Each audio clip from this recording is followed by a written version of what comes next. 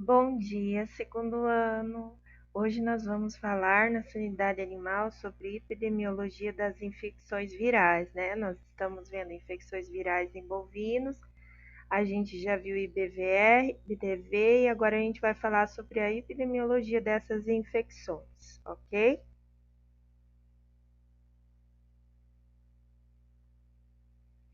Então, como a professora já havia explicado, né?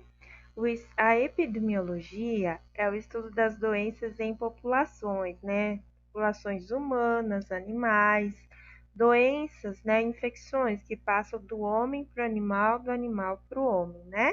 Então, investigando esse processo de transmissão, o vírus, qual tipo de vírus, secreção, né? Vias de controle, vias que transmitem, então a gente pode chamar de epidemiologia, ok? Como a gente já viu, pessoal, e eu havia falado para vocês sobre o vírus, né? O que é um vírus, então, né? É uma partícula infecciosa, né? Composta de ácido nucleico, capsídeo, né? Aqui a capsida dele é material genético e envelope às vezes. O envelope, pessoal, ele vai ter um tipo de proteína aqui ao redor, que é como se fosse assim. Eu colocar um papel, eu fazer uma carta e colocar no meu envelope para mim enviar a minha carta. O tipo de vírus vai determinar se ele vai ter esse envelope ou se ele não vai ter esse envelope. Mas lembra que eu falei para vocês que o vírus ele não está vivo, o processo de transmissão dele, ele precisa para se transmitir, quer dizer, o vírus está vivo, ele não está morto, né? Porque se estivesse morto não estava aí transmitindo o coronavírus para todo mundo. O que a professora quis dizer é assim, ele precisa da célula, né, do hospedeiro dele para ele se multiplicar dentro do organismo. Então, o ribossomo mensageiro, RNA transmissor, ele vai precisar do núcleo dessa célula, do RNA, do ribossomo, para ele conseguir se transmitir, para ele conseguir se duplicar dentro desse organismo, né? É como se ele precisasse desse material para formar a família dele e se multiplicar, ok? Então, o vírus e o meio ambiente externo, né, pessoal? Então, a maioria dos vírus, ela torna-se inviável após longos períodos no meio externo. Aí tem a quantidade de horas e dias que ele sobrevive, então, sem esse hospedeiro. Um exemplo clássico disso é o corona, né? Quando a pessoa tosse ou sai secreção do nariz, então essas partículas elas vão para o meio ambiente, elas caem no asfalto, na roupa, num produto do mercado, na chave do carro, no volante. Então, todas essas partes do meio externo em que esse vírus teve contato, ele vai ter uma porcentagem de tempo de vida, né, fora dessa célula, desse hospedeiro. Então, nós temos o crítico, né, que a transmissão pode ser perdida pela inativação no ambiente, então isso é maravilhoso, porque o vírus ele cai no ambiente e ele vai ser inativado pelo ambiente, ou seja, o raio UV, né, queima ele, né, do sol, né, raios do sol UV queimam, geralmente inativam o vírus. A umidade relativa do ar, em alguns vírus ela inativa, em outros, porém, ela ajuda a disseminar, como o próprio corona, né? A gente precisa ter uma umidade de ar relativa para que ele mesmo assim dissemina, né? Estudos, né, gente? Temperatura, que também não inativa o vírus do corona, né? Aqui no nosso norte a gente tem altíssimas temperaturas e nós temos altíssimos casos por infecção. pH, né? Um pH muito baixo, um pH muito ácido, inativa, e produtos químicos, que é o caso do corona, né? A gente usa álcool, a gente usa sabonete, né? O sabonete, então, o detergente ali, ele tem aquele composto dele que produz a espuma, então, e o que que faz? Quebra aquele envelope, né? Lembra que a professora falou que alguns vírus têm esse envelope e outros não? Então, ele quebra esse envelope, né, do vírus. Estratégia para assegurar a sua sobrevivência como espécie, né? Então, o vírus, ele tem uma estratégia para ele continuar sobrevivendo no nosso mundo, né? Então, aqui eu coloquei um exemplo sobre o que? Infecções de silvestres, de espécies silvestres. O que que acontece? O morcego. O que que o morcego está transmitindo, gente? O vírus da raiva, né? Em relação à transmissão por artrópode, né? Que é o mosquito, está transmitindo a febre amarela para o macaco. A incubação é no homem, né? Tanto da raiva como da febre amarela. Então, como que sobrevive no meio? Então, sobrevivência no meio ambiente, né? Na planta, no solo, transmissão vertical, que a gente chama, né? Ali os pintinhos e a galinha bicando o solo contaminado, se contamina e acaba contaminando a gente. Por quê? Porque a gente come o ovo dessa galinha, a carne dessa galinha. E a viabilidade genética, né, desse vírus. Então, ele vai se proteger, ele vai mutação, né? Ele vai mutar, ele vai transformar, tipo, num outro tipo de vírus, a mesma família, outro sobrenome. Então, eu estou mutando ele, né? Não é a gente que faz, é a ele se torna mais resistente, tanto na transmissão para a pessoa, para o animal, como também no meio ambiente. Então, certos fatores já não inativam ele, ok? A cadeia dos processos infecciosos, né? Nós temos então, primeiro, a penetração e multiplicação no hospedeiro. Então, é o que ele vai fazer? Ele vai entrar no hospedeiro, o hospedeiro se contaminou. Então, ele tem que multiplicar, né? Tem que precisar ir lá nas células, o núcleo dessa célula, o ribossomo, o RNA mensageiro, para que leve essa mensagem a outra célula e para duplicar esse vírus dentro do hospedeiro, né? Então, como a professora falou, produção de progênie viável, né? Progênie deve ser excretada do hospedeiro a tempo pela via adequada. Então, essa contaminação, gente, que, por exemplo, em nós, né? Nós respiramos o vírus, nos contaminamos. Mas essa carga viral, ela tem que ser suficiente para ter esse processo de transmissão, né? Que ela vai atingir garganta, pulmão, que animal muitas vezes na saliva, né? Dele que leva para dentro do corpo dele. Então essa carga viral tem que ser suficiente para haver essa transmissão para as outras pessoas, tá?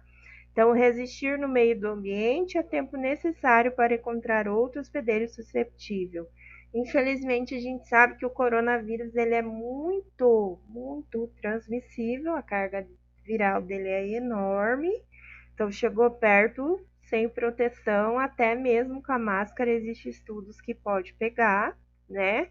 E ele vive, né? Ele aguenta ficar muito tempo no ambiente. Então, a gente pode pegar ele uma carga viral imensa. A cadeia do processo infeccioso, né? Aqui eu coloquei o exemplo do bovino tuberculoso, né? Então, ele está passando para diversos animais também. Por quê? Por via digestiva, né? Produtos lácteos também, a gente toma o leite dele, a carne a gente está se contaminando com a tuberculose. A mesma coisa com os outros animais, né? A via digestiva, né, em relação a ele passar por outro bovino também, né? O bovino tuberculoso passa para o bovino sadio. De que forma? Por vias de transmissão, excreção, por contato direto, por saliva, por fezes contaminada, por xixi contaminado. Então ele passa dele viral para um bovino sadio, né? E infelizmente o homem, né, nós acabamos nos contaminando também. A principal via de contaminação para o homem, então, é também o contato direto, gente. Por isso que quando a gente tem que avaliar um animal numa fazenda, num local, nunca pode ir sem luva, né? Se protegendo sempre, porque a gente não sabe o que esse animal tem, né? Então, tanto a raiva como a tuberculose. Nunca colocar a mão na boca do animal, se ele está babando, se ele tem secreção no nariz.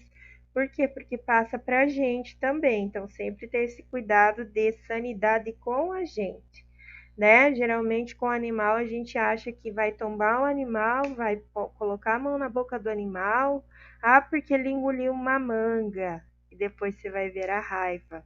Então, assim, gente, tem que tomar maior cuidado com isso, tá? Mas a principal forma de infecção é por via de produto que a gente consome, né? No caso do ruminante, ou seja, carne, ou seja, leite, ou seja, queijo, ou seja, iogurte. Ok, pessoal? Então, as fontes de infecção, né? Qualquer animal vertebrado, que tenha coluna vertebral, que esteja infectado e seja capaz de transmitir o agente para outro animal suscetível. Então, animais doentes, né? Animais infectados, que já estão clinicamente analisados, né? E os portadores, né? O animal que abriga e excreta agente. Então, aquele animal que está infectado, que ele vai excretar, né? Substância contaminada, porém ele é um hospedeiro o quê?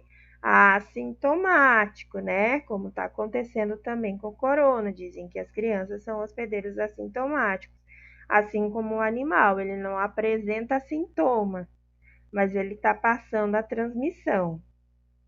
Então, os doentes, né? Eles manifestam. Os doentes, aqueles que a gente já sabe que é doente, porque está manifestando sinal, gente. Então, é facilmente reconhecido, né? Permite análise, diagnóstico, o exame. Eu coloquei aqui em relação aos cães com raiva, gente, aqueles que apresentam sinal, mas há aqueles que não apresentam sinal, né? Então é perigoso, porque eles vão lá, mordem alguém e essa pessoa, consequentemente, já teria que tomar a vacina da raiva, porque você não conhece aquele animal, você não sabe o quanto ele está contaminando, né? Da raiva. Então, geralmente a gente deixa o animal em quarentena e observa. Se ele apresentar sinal, geralmente a pessoa toma. Mas, quando não se conhece o animal, de quem é o animal, a pessoa já tem que tomar a vacina, porque não tem como colocar esse animal em quarentena, tá? Aqui eu coloquei para vocês também, os portadores, né? Quando a gente chama portador passivo, ele apenas abriga e replica o vírus, né? Sem excretar ou transmitir. Então, aqui a gente tem o vírus da sinomose, né? O CDV, para a gente ter um exemplo do que acontece quando é portador passivo, né? Temos também os portadores ativos, né? São aqueles que excretam o vírus, então, através de vias de transmissão, de excreção, de leite, de carne, de saliva, de contato direto, né? Então, os permanentes, gente, eles excretam o vírus continuadamente. Então, aqui eu coloquei a FeLV, né, retrovírus, que é uma doença felina, né, que acomete os gatos, e eles excretam continuadamente esse vírus, né, para os outros animais. E os temporários, gente, aqueles que excretam só por determinado tempo, né? Eles também são assintomáticos, eles não apresentam sinais clínicos, né? Então, eles excretam, mas não apresentam sinal clínico, mas estão passando o vírus. Então, quanto aos portadores, né? Em período de incubação, os portadores pandrômicos, né? Aqueles que multiplicam o vírus em certos períodos, né?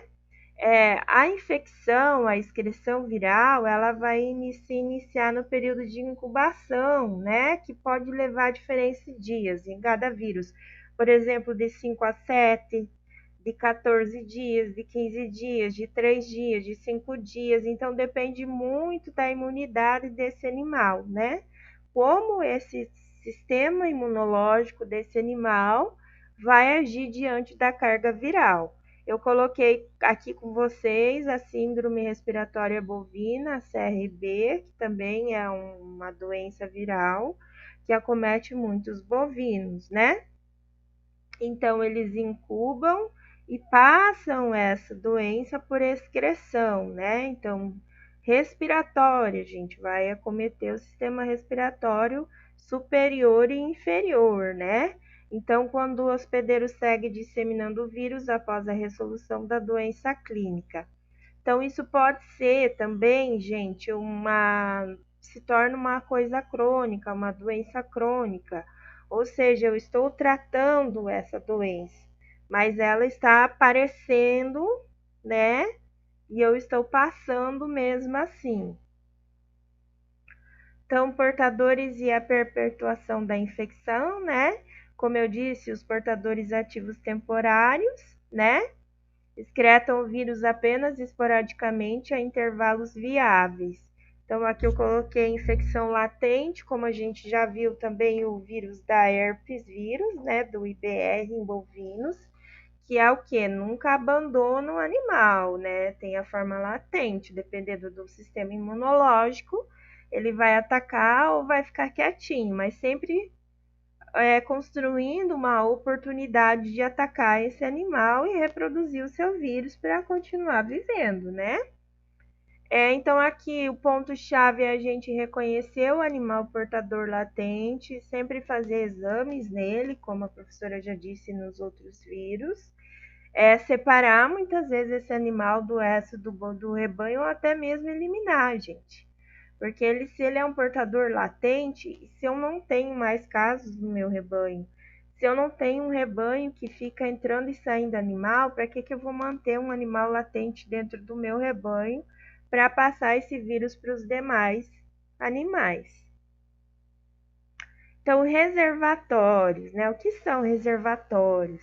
É a espécie animal que abriga e mantém, então, os agentes infecciosos em um ecossistema. E eles também transmitem para outras espécies. Então, animal transmitindo para outros animais, transmitindo para o homem, né? Então, nós temos na espécie silvestre e também na doméstica, né? Fontes de infecção viral. Geralmente, as principais espécies que servem de reservatório são as espécies de origem desses agentes, também chamados de hospedeiro reservatório natural, como acontece muito com a febre amarela e o macaco, né? Então, o mosquito pica o macaco, né? E o macaco transmite para o homem. Geralmente, o mosquito pica o macaco e o mosquito pica o homem, porque a gente tem o que, gente? Duas vias de transmissão, né? A via natural e a via de cidade. Depois eu vou mostrar para vocês num outro slide. Então, um exemplo de reservatório de ciclo natural da raiva de herbívoros, o que são herbívoros, né? Pastagem, né? Então, aqui nós temos o ruminante, nós temos o equino, são animais herbívoros, né? Então, o morcego passa para o equino, o ciclo aéreo, né, gente? Quando a gente fala em ciclo aéreo, é sempre o morcego, ok? Então, numa via de contaminação de animais de produção, então, o bovino, o equino. Numa via urbana, animais domésticos, nossos pets de estimação, né? E numa via silvestre, no campo, na natureza, o macaco, né? O lobo aqui. Então, assim, sempre o ciclo aéreo transmite para as demais espécies que transmite para o homem. Ah, professora, mas também acontece, né? O morcego, sim, transmite para o homem também. Desculpa, pessoal, deixa eu voltar aqui. Aí, o que acontece? Deixa só a professora arrumar. Isso, arrumei de novo. Então, nós estávamos aqui falando do ciclo natural da raiva, né? Aí, os reservatórios. Então, ele pode ser acometer espécie doméstica, né? Que pode servir de reservatório e passar essa raiva. E ele transmite para animais silvestres também. E o ciclo natural, aí lembra que a professora falou da sinomose, né? Uma transmissão acidental, né? Em espécie de vida livre, que não é o cachorro, no caso. É um outro tipo de animal silvestre que tem a vida livre. Mas aqui no ciclo de transmissão, nós estamos falando das espécies domésticas, né? Animais de produção, então eu tenho equino, suíno, bovino, ruminante, né? Que transmite para o ser humano, animais silvestres, como eu já disse, que transmite para o ser humano, e animais domésticos, nossos pets, que transmite para o ser humano. Todos eles transmitem um para o outro, né? Só quem está de livre e boa repercussão é o nosso aéreo, o nosso morceguinho, né? Que sempre transmite para os outros. Então, reservatórios, né? Como a professora disse, a gente tem o ciclo silvestre e o ciclo urbano. Então, vamos lá no ciclo silvestre, os macaquinhos de boa no seu ambiente natural, né? O que aparece? O mosquito transmissor da febre amarela. Então, tanto eles passam contaminação por esse mosquito, quanto eles recebem a contaminação por esse mosquito. E aí o mosquito vai picar o homem, né? E no ciclo urbano, gente, da cidade, que então o mosquito pica o homem, né? E esse homem contaminado que estava no meio silvestre contamina o mosquito, né? Com sangue contaminado e o mosquito pica o homem. Ficou claro isso, pessoal? Ainda como vias de excreção, que a professora falou, né? As portas de saída, como o vírus consegue, então, repercutir no nosso ambiente ou contaminando outras pessoas e animais. Então, seja, ele tem tecidos e órgãos-alvo, né? Que a gente chama de tropismo, onde ocorre a replicação muito rápida. Então, no caso de bovino, gente, aéreo, sistema respiratório superior e inferior, no caso dos pulmões, né? Então, saliva, gotículas contaminadas, glândula mamária, leite, né? Material fecal, urina, em relação aos cascos, né? Pisando e contaminando, né? Cascos contaminados com o vírus. A transmissão, então, vai ocorrer dependendo do hospedeiro, né? Então, de pessoa para pessoa, animal para animal, de animal para animal. Eu coloquei 2 vezes ali de animal para animal, gravem isso. Porém, com envolvimento eventual de pessoas, que a gente já chama de zoonoses, né? Quando o animal passa para o homem, né? Através de vetores artrópodes, né? Os mosquitos, muitas doenças, ou produtos como carne e leite, como a professora colocou. Pessoal, a nossa aula acaba aqui, né? Já deu 23 minutos, mas a gente vai continuar esse assunto na próxima aula, ok? Dúvida? Aqui o cachorrinho transmitindo a raiva, né? O vírus da raiva. Dúvida no meu e-mail, WhatsApp. Obrigada pela aula. Até a próxima aula.